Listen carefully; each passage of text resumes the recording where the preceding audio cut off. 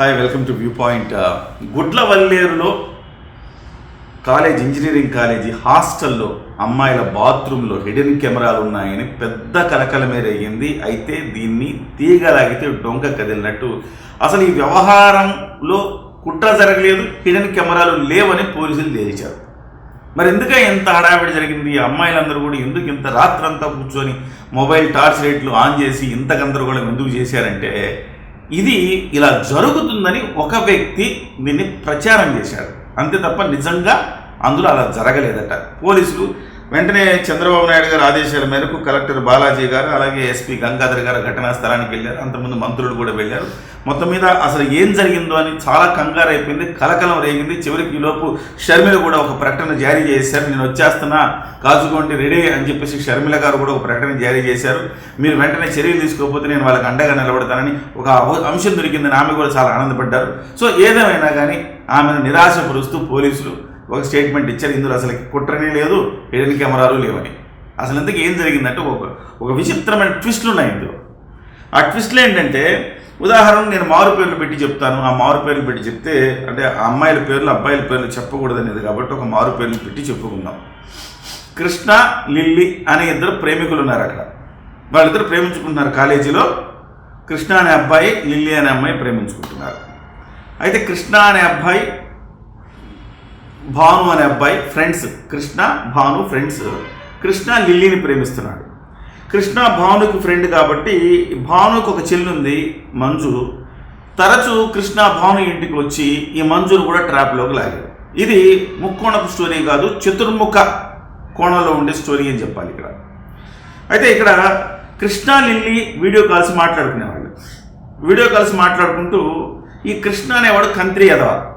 ఈ కంత్రి యాదవ్ ఏం చేశాడు, ఆ అమ్మాయితో ఫోన్లో మాట్లాడుతూ వీడియో కాల్స్ రికార్డ్ చేసే ఫెసిలిటీ లేదు కానీ స్క్రీన్ షాట్ చేసే ఫెసిలిటీ ఉంది వాట్సాప్లో రికార్డ్ చేయాలి అంటే థర్డ్ పార్టీ యాప్కి వెళ్ళాలి. థర్డ్ పార్టీ యాప్కి వెళ్తే నీ దగ్గర ఉన్న ఫోటోలన్నీ కూడా ఆ యాప్ గుంజుకుంటుంది.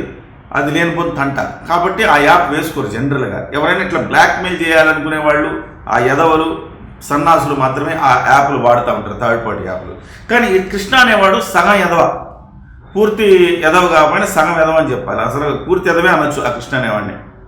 వాడేం చేశాడంటే ఈ లిల్లీతో మాట్లాడినవన్నీ కూడా స్క్రీన్ షాట్లు తీసి పెట్టుకున్నాడు.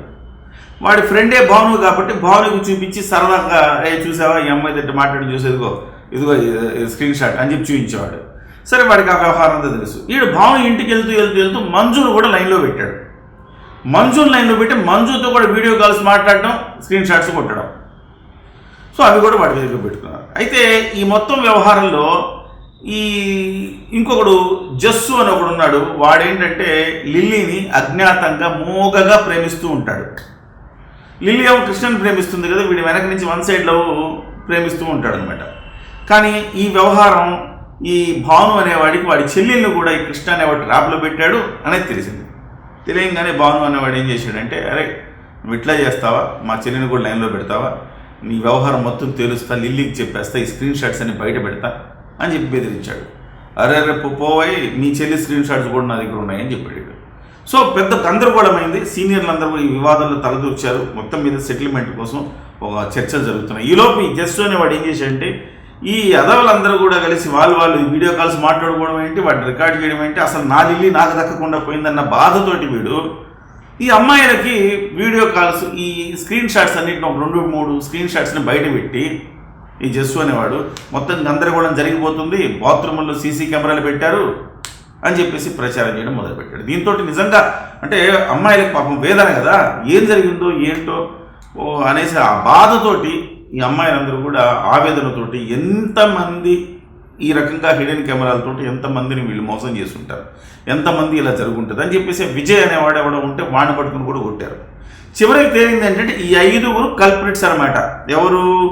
ఈ కృష్ణ, లిల్లీ, అలాగే భాను, మంజు, జస్సు, ఈ 5 కల్ప్రిట్స్. ఇందులో ఈ 5 ఈ చతుర్ముఖ ప్రేమాయణం అనాలా ఇంకోటి అనాలా కానీ ఇందులో ఒకటికి ఓర్వలేక ఒకటి చేసిన ప్రచారానికి మొత్తం మీద కాలేజ్ అంతా గగ్గోలు పెట్టింది.